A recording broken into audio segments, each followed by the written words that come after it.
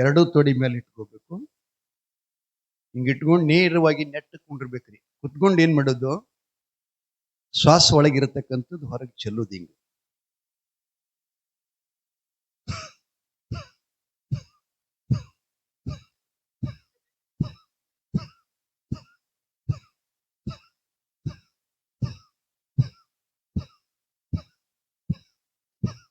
ಇದು 30 ಸಲ ಮಾಡಬೇಕು.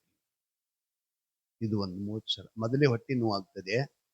4-5 ಸಲ ಮಾಡ್ಕೋತ ಕನಿಷ್ಠ ಅಂದ್ರೆ 60 ಸಲ ಹಿಂಗ ಆಗ್ಬೇಕ್ರಿ. ಇದು ಹಿಂಗ್ ಮಾಡ್ತಾ ಇದ್ರೆ ಅನ್ನ ಪಚನ ಚಲೋ ಆಗ್ತದ, ಕಣ್ಣು ಉರಿಯಂಗಿಲ್ಲ, ಹೀಟ್ ಆಗಂಗಿಲ್ಲ, ಆ ಬಳಿಕ ಪಿತ್ತ ಸಮತೋಲತೆ ಇರ್ತದ, ಹೊಟ್ಟೆ ಕೆಡಂಗಿಲ್ಲ, ಆ ಬಳಿಕ ಚಕ್ರ ಬರಂಗಿಲ್ಲ, ಮತ್ತೆ ನಿಮಗೆ ಕ್ಯಾನ್ಸರ್ ಅಂತೂ ಜೀವನದಾಗಲ್ಲ, ಹಾರ್ಟ್ ಅಂತೂ ಬರ್ಲಿಕ್ಕೆ ಸಾಧ್ಯನೇ ಇಲ್ಲ.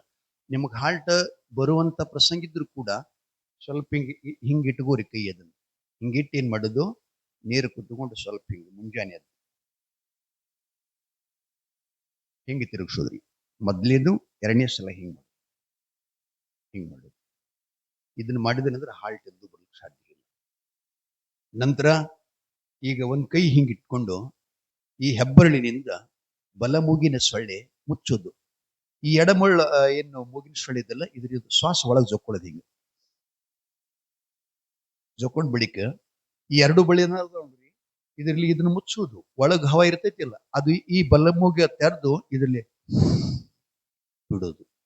ಇದು 60 ಸಲ ಮಾಡಿ. ನಿಮಗೆ ಪ್ಯಾರಲಿಸ್ ಅಥವಾ ಇದಕ್ಕೇನಂತ ಬ್ರೇನ್ ಮೆದುಳಿನ ತೊಂದರೆ ಯಾವುದು ಕೂಡ ಆಗುವುದಿಲ್ಲ, ಸಕ್ಕರೆ ಬರುವುದಿಲ್ಲ, ತಲೆ ನೋವಂಗಿಲ್ಲ, ಯಾವ ನರಗಳು ಕೂಡ ನಿಮ್ಮ ಶರೀರದೊಳಗ ಬ್ಲಾಕ್ ಆಗುವುದಿಲ್ಲ. ಇವೆರಡೇ ಮಾಡ್ರಿ. ಇನ್ನೂ ಅನೇಕ ಅದಾವ. ಆದ್ರೆ ಸ್ವಲ್ಪ ಹೊಟ್ಟೆಯನ್ನು ಒಳಗೆ ಜುಕ್ಕೋಬೇಕಾಗ್ತದೆ. ಅದು ಬರ್ತದಿಲ್ಲ, ನೋಡ್ತೀನಿ ಇವತ್ತು. ನಾಳೆ ಸ್ವಲ್ಪ ಕಡಿಮೆ ಊಟ ಮಾಡಿ ತೋರಿಸ್ತೀನಿ ಮತ್ತೆ.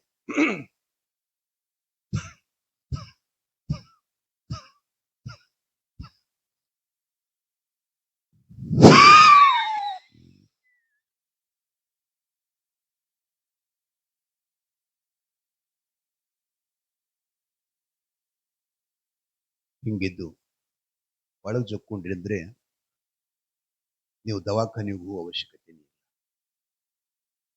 ಅಂಜದ್ರಿ ಯಾರ್ರಿ?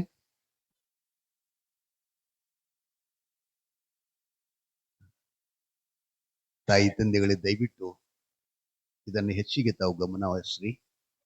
ನಿಮ್ಗೆ 100 ವರ್ಷಗಳ ಕಾಲ, ಇನ್ನೇನು ಹಿಂದಿನ ಜನ್ಮದ ಕರ್ಮಾನುಸಾರವಾಗಿ ಮರಣ ಅದು ಜಡ್ ಬಂದರೂ ಹೋಗ್ತದ, ಜಡ್ ಬರ್ಲಿಲ್ಲ ಅಂದ್ರೂ ಹೋಗ್ತದ, ರೋಗ ಬಂದ್ರೂ ಹೋಗ್ತದೆ, ರೋಗ ಬರ್ಲಿಲ್ಲ ಅಂದ್ರೂ ಕೂಡ ಹೋಗ್ತದೆ. ಇನ್ನ ನಾವು ರೋಗಗಳ ತಡೆಗಟ್ಟುವುದು ಯಾಕೆ ಅಂತಂದ್ರೆ, ನಮ್ಮ ಶರೀರಕ್ಕೆ ನೆಮ್ಮದಿಯಾಗಿ ನಾವು ಬದುಕಬೇಕಲ್ಲ, ಆರೋಗ್ಯವಂತರಾಗಿ ಬದುಕಬೇಕಲ್ಲ. ಆದ್ದರಿಂದ ಇದ್ರ ಕಡೆ ಹೆಚ್ಚಿನ ಗಮನ ಕೊಟ್ಟು, ಆ ಬಳಿಕ ಇನ್ನೊಂದು ತಮಗ ಇವೇನು ಕರೆದ ಪದಾರ್ಥ ಅಂತ ಇರ್ತಾವಲ್ಲ, ಭಜೆ ಆಗಲಿ, ಕುರುಡೆ ಆಗಲಿ, ಅವು ದೋಸೆ ಮತ್ತು ಇಡ್ಲಿ ಅಂತ ತಿಂತೀರಲ್ಲ, ಅದರಿಂದ ರಕ್ತದ ಅಂಶ ಕಡಿಮೆ ಆಗ್ತದೆ ಮತ್ತು ಗೊಜ್ಜು ಶರೀರವನ್ನ ಬಹಳ ಜಾಸ್ತಿ ಆಗ್ತದೆ. ಅದನ್ನ ದಯವಿಟ್ಟು ಕಡಿಮೆ ಮಾಡ್ಬೇಕ್ರಿ. ಆ ಬಳಿಕ ನಾವು ಗೋಧಿ ಕೂಳ ಅನ್ನ ತಿಂದ್ರೆ 8 ತಾಸು ಬೇಕ್ರಿ ಅದ್ರ ಜೀರ್ಣ ಆಗ್ಲಿಕ್ಕೆ. ರೊಟ್ಟಿಗೆ 2-2.5 ತಾಸು ಬಹಳ ಆಗಿ 3 ತಾಸು ಬಹಳ ಐತ್ರಿ, ಅದು ತಕ್ಷಣ ಜೀರ್ಣ ಆಗ್ತದೆ. ಆದ್ದರಿಂದ ಈಗ ಮದುವೆ ಸಮಾರಂಭದಲ್ಲಿ ಕೂಡ ನಾ ಎಂದೂ ಊಟ ಮಾಡಂಗಿಲ್ರಿ. ಇಷ್ಟು ಎಣ್ಣೆ ಹಾಕ್ತಾರ್ರಿ, ನಾ ಏನ್ ಹೇಳಿ ಅದ್ ನನ್ಬಾರ್ದು. ತಾಯಂದ್ರಿಗೂ ಗಮನ ಇರಲಿ, ನೀವು ಮನೆಯೊಳಗೆ ಅಡಿಗೆ ಮಾಡುವಾಗ ಎಣ್ಣೆ ಮಾತ್ರ ಪಲ್ಯದೊಳಗೆ ಎಲ್ಲಿ ಕಾಣಬಾರ್ದು. ಈ ರೀತಿಯಾಗಿ ಬಳಸ್ಬೇಕ್ರಿ. ಇದು ಆರೋಗ್ಯಕ್ಕೆ ಎಷ್ಟು ಹಾನಿ ಅದ ಅನ್ನೋದ್ರ ಬಗ್ಗೆ ನಿಮ್ಗೆ ಯಾರಿಗೂ ಗಮನ ಇಲ್ಲ ಅಂತ ಹೇಳ್ತಾ, ಇವೆರಡು ಮಾತ್ರ ಯೋಗ ಫೆಸಿಲಿಟಿ ತಾವು ಮಾಡ್ರಿ ಅಂತ ಹೇಳಿ ವಿಷಯ ಏನ್ ಹೇಳಕತ್ತಿದ್ದೀನ್ರಿ?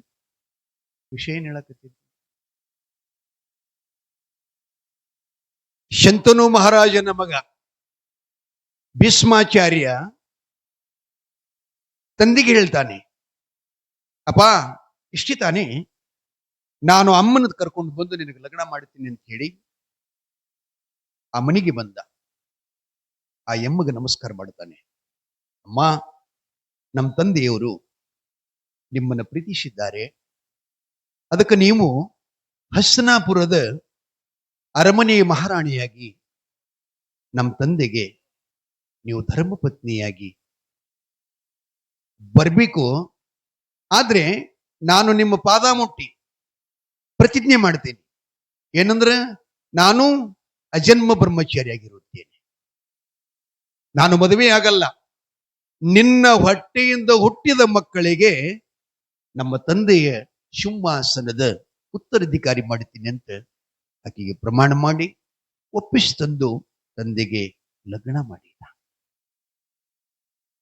ಲಗ್ನ ಮಾಡಿದ ತಂದೆ ಹೇಳ್ತಾನ, ಅವನ ಹೆಸರು ಮೊದಲನೇದು ವೇದವ್ರತ ಅಂತ ಹೇಳಿದ್ರಿ. ಭೀಷ್ಮ ಅಂತ ಯಾಕೆ ಬಂತು ಅಂದ್ರೆ, ತಂದೆ ಪಾದ ತಾಯಿ ಪಾದ ಮುಟ್ಟಿ ಯಾವಾಗ ಪ್ರತಿಜ್ಞೆ ಮಾಡದ, ಯಾವಾಗ ಅಣಿ ಮಾಡದ, ಅವಾಗ ವೇದವ್ರತ ಅಂತಕ್ಕಂಥ ಹೆಸರನ್ನ ತೆಗೆದು ಭೀಷ್ಮಾಚಾರ್ಯ ಅಂತ ಹೆಸರಾತು. ತಂದೆ ಹೇಳ್ತಾನ, ನನಗೆ ಮಗ ಹುಟ್ಟಿ ನೀ ಲಗ್ನ ಮಾಡಿದಿ ಅಂತಂದ್ರೆ ನಿನಗೆ ಆಶೀರ್ವಾದ ಮಾಡ್ತೀನಿ. ಎಂಥದ್ದು ಅಂದ್ರೆ, ಈ ಜಗತ್ತಿನೊಳಗ ಯಾರಾದರೂ ನಿನ್ನ ಮೇಲೆ ವೈರ್ಯ ಮಾಡಿ ಅಸ್ತ್ರಶಸ್ತ್ರಗಳಂತಿರ್ತಾವ, ಗುಂಡಾಗಲಿ, ತೋಪಾಗಲಿ, ಮದ್ದಾಗಲಿ, ಕೊಡಲಿ ಆಗಲಿ, ಬಾಣ ಆಗಲಿ, ಬಡಸಿ ಆಗಲಿ, ಚೂರಿ ಆಗಲಿ, ಕಟ್ಟಿಗೆ ಕಲ್ಲುಗಳಾಗಲಿ, ಯಾವುದು ಕೂಡ ನಿನ್ನ ದೇಹಕ್ಕೆ ಸ್ಪರ್ಶ ಮಾಡಿದರೆ ನಿನಗೆಂದು ಮರಣ ಇಲ್ಲ. ತಂದೆ ಆಶೀರ್ವಾದ ಮಾಡ್ತಾನ.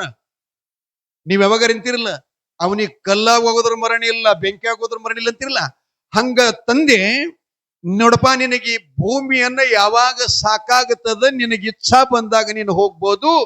ಈ ಜಗತ್ತಿನೊಳಗ ನಿನಗೆ ಶಿವನ ಶಾಸನದಲ್ಲಿ ಶಿವದೂತರು ನಿನ್ನನ್ನು ಮುಟ್ಟಕ್ ಬರಲ್ಲ, ಯಮದೂತರು ಬರಲ್ಲ.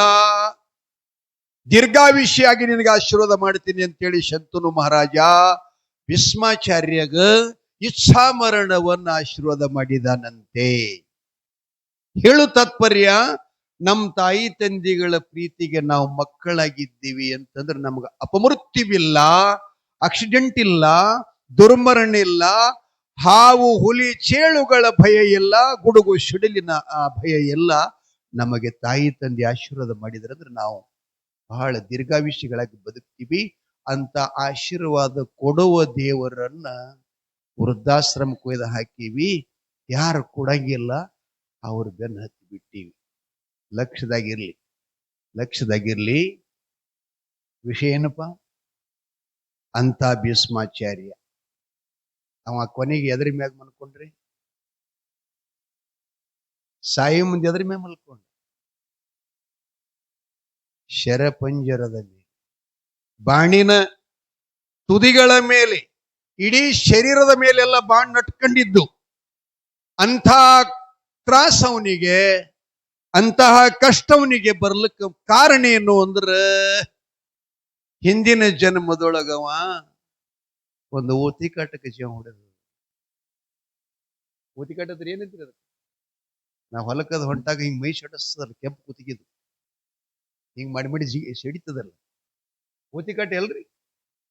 ಅದನ್ನ ಇವ ರಥದಾಗ ಕೂತ್ ಹೊಂಟಿದ ಮೊದಲನೇ ಜನ್ಮದಾಗ. ಅದು ದಾರಿ ಮ್ಯಾಗ ನಿಂತ ಹಿಂಗ್ ಮೈ ಶಡ್ಸಾಕತ್ತು, ಹುಷ್ಯ ಅಂದ, ಹಳ್ಳೋಗದ, ಅದು ಹೋಗ್ಲಿಲ್ಲ. ಆ ರಥದಾಗಿಂದ ಕೆಳಗೆ ಬಂದು ಬೆನ್ನಿಗೆ ಬತ್ತಳಕ್ಕೆ ತಕ್ಕೊಂಡ, ಹಿಂಗ ಮಾಡಿ ಒತ್ತಿ ಕಾಟ್ ನನ್ನ ಚಿಣಿ ಚೀಕದಂಗ ಚೀಕಿಬಿಟ್ಟ. ತೋಟಗಾರನೊಬ್ಬ ಬೆಳೆ ರಕ್ಷಣೆಗಾಗಿ ಜಾಲಿ ಮುಳ್ಳನ್ನು ಬಡಿದಿದ್ದ, ಹೊಲಕ್ಕೆ ರಕ್ಷಣೆಗಾಗಿ, ಬೇಲಿ ಅಂತಿರಲ್ಲ, ಆ ಜಾಲಿಗೆ ಮುಳ್ಳು ಬಡಿದಿದ್ದ. ಆ ಜಾಲಿ ಮುಳ್ಳಿನ ಮ್ಯಾಗ ಹೋಗಿ ಒತ್ತಿಕಾಟ ಬಿತ್ತಂತ ಅದರ ಶರೀರದಾಗ 4-6 ಮುಳ್ಳುಗಳು ಚುಚ್ಚಿ ಹೊರಗೆ ಬಂದಾಗ ಆ ಒತ್ತಿಕಾಟ ಕೊನೆಗೆ ಪ್ರಾಣ ಬಿಡಾಗ ಅವನಿಗೆ ಶಾಪ ಕೊಡುತ್ತ, ಅಲ್ಲಪ್ಪ, ನನಗೆ ದೇವ ಹುಟ್ಟಿಸೋ ಸ್ವಭಾವ, ನಾನೇನ್ ನಿನ್ನ ನೋಡಿ ಶಟಿದಿಲ್ಲ, ನನ್ನ ಸ್ವಭಾವದ ಶಟಿ ಅದು. ಏನೂ ಮಾಡದ, ಏನೂ ಕಾರಣ ಇಲ್ಲದನ್ನ ನನಗೆ ಈ ರೀತಿಯಾಗಿ ಮುಳ್ಳಿನ ಮೇಲೆ ಒಗೆದು ಇಷ್ಟು ತ್ರಾಸ ಕೊಟ್ಟಿದೆ ಅಂದ್ರೆ, ಮುಂದೆ ನಿನಗೆ ನಿನ್ನ ಶರೀರದಾಗ ಎಷ್ಟು ರೋಮವ ಅಷ್ಟೆಲ್ಲ ನಿನಗೆ ಯಾತನೆಯನ್ನ, ಕಷ್ಟವನ್ನ, ನನಗೆ 4 ಮುಳ್ಳು ಚುಚ್ಚಿದ್ರೆ ನಿನಗೆ 1000 ಮುಳ್ಳು ಚುಚ್ಚಿ ನೀನು ಸಾಯ್ಬೇಕು ಅಂತ ಓತಿಕಾಟ ಶಾಪ ಕೊಟ್ಟಿತ್ತಂತ.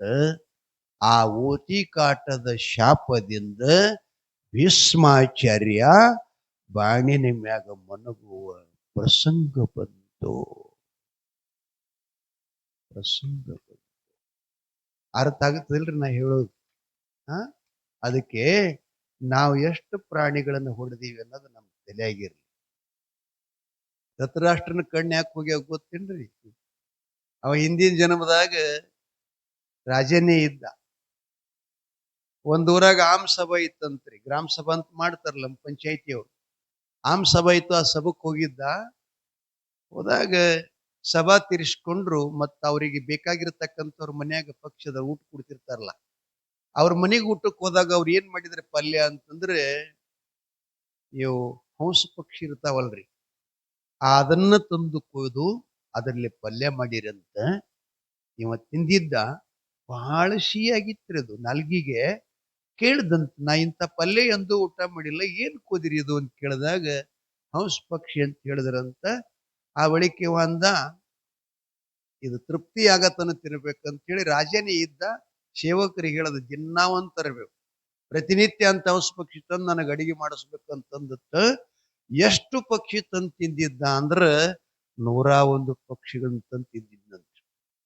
ಕೊನೆಗೆ ಒಂದು ಪಕ್ಷಿ ಹಿಂಗ್ ಶಾಪ್ ಕೊಡ್ತಂತ, ನನ್ನ ವಂಶನ ನಷ್ಟ ಮಾಡಿದೆಪ್ಪ, ಆ ಹಂಸ ಪಕ್ಷಿದ ಜನ್ಮನ ಇಡ್ಲಿಲ್ಲ, ಅದಕ್ಕೆ ಮುಂದೂ ನಿನಗ 101 ಮಕ್ಕಳು ಹುಡ್ತಾವ, ಮನೆಗೆ ಕಡ್ಡಿ ಕೊರದ ದೀಪ ಹಚ್ಚಕ್ ಒಂದು ಮಗನ ಉಳಿಬಾರದು ಅಂತ ಶಾಪ ಕೊಟ್ಟಿದ್ದ. ಕುರುಕ್ಷೇತ್ರ ಯುದ್ಧ ಇದು ಯಾಕೆ?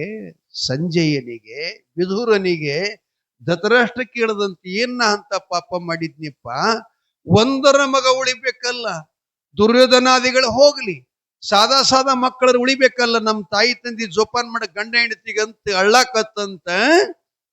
ವಿದುರ ಹೇಳ್ತಾನ, ಪರಮಜ್ಞಾನಿ. ವಿದುರ ನೀತಿ ಅಂತ ಒಂದು ಗ್ರಂಥದ ಅಧ್ಯಯನ ಮಾಡಿ ಅದು ಹೇಳ್ತದ.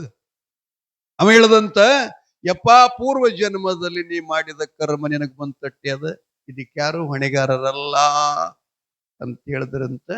ಅದಕ್ಕೆ ನಿಮ್ಮಲ್ಲಿ ವಿನಂತಿ ಏನಪ್ಪಾ ಅಂದ್ರೆ, ಮನುಷ್ಯ ಧರ್ಮ ಏನದ ಅಂತಂದ್ರೆ, ನಾವು ಕಳ್ಳತನ ಮಾಡಬಾರದು, ಜೀವ ಹೊಡಿಬಾರದು, ಸುಳ್ಳು ಹೇಳಬಾರದು, ಇನ್ನೊಬ್ಬರಿಗೆ ಅಪಮಾನ ಮಾಡಬಾರದು, ಗುರು ಹಿರಿಯರ ಮಾತನ್ನ ಕೇಳಾರ್ದನ್ನ ಮುಕುಳಿಗೆ ಒರೆಸಕ್ಕಲ್ಲ ಮಾಡಬಾರದು. ಆಧರಿಸಬೇಕು, ಕೇಳಬೇಕು. ಬಹಳ ಮಹತ್ವದ ಸಮಯನೂ ಕೂಡ ಆಗ್ತಾ ಬಂದದ. ಇವತ್ತು ಮಸ್ತ್ ನಿದ್ದೆ ಹೊಡೆದಿನ್ರಿ. ಅವನ 12 ತಾಸು ಮಲಗಿನಿ.